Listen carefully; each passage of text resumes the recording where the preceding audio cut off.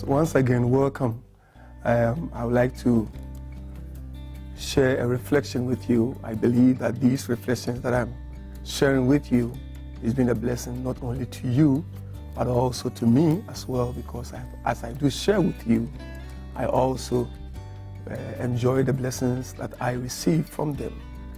I want to share a reflection with you today, which I believe is a sequel of the reflection that I shared with you 2 weeks ago concerning the power of bargaining. Now, life is full of challenges. Life is full of obstacles.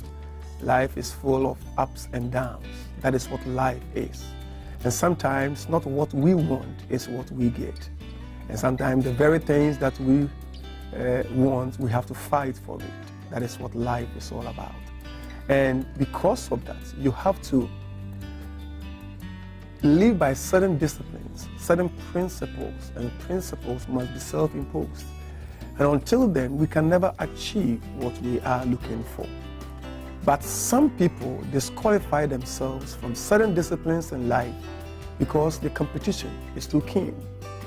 Others also fall out of the race because of careless mistakes, acts of negligence, and sometimes wrong decisions.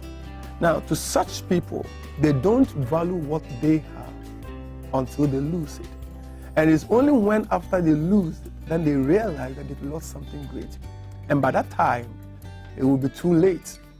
A perfect example is the biblical Esau, as I spoke to you last 2 weeks, who for the sake of hunger sold his birthright, something that gives him the right as the firstborn, something that gives him the power, the leadership, something that will be generational. For the sake of hunger, he sold that birthright, not realizing how powerful the birthright was. And I believe that it was on this wise that Jacob realized that this man doesn't have the strength, doesn't have the discipline to command or to control the family blessings. And he took it out of his hands by bargaining and getting it out of his hands. So the Bible says that in the book of Hebrews 12:16, lest there be any fornicator or profane person as Esau, who for a morsel of bread sold his birthright. In the Bible, there is also an example of a man by name Naboth. Naboth protected his family inheritance and ended up losing his life for protecting the family inheritance.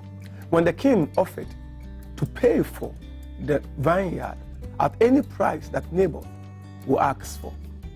In this generation, it will be very easy for somebody prominent or the president or a king coming to you telling you that, you know what, your vineyard or your property is something that I want.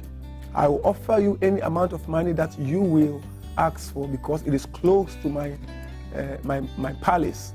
How many of us will have the discipline to be able to stand and say, you know what, this is something that was passed to me from generation, and I would rather protect the family inheritance than to sell it for the sake of money? And that was exactly what Naboth did.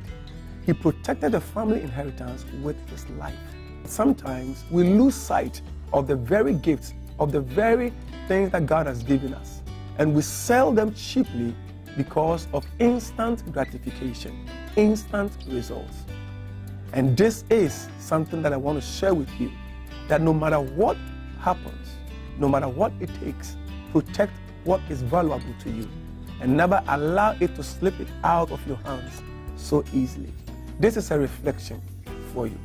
A person incapable of controlling his or her appetite is also incapable of stewarding a birthright.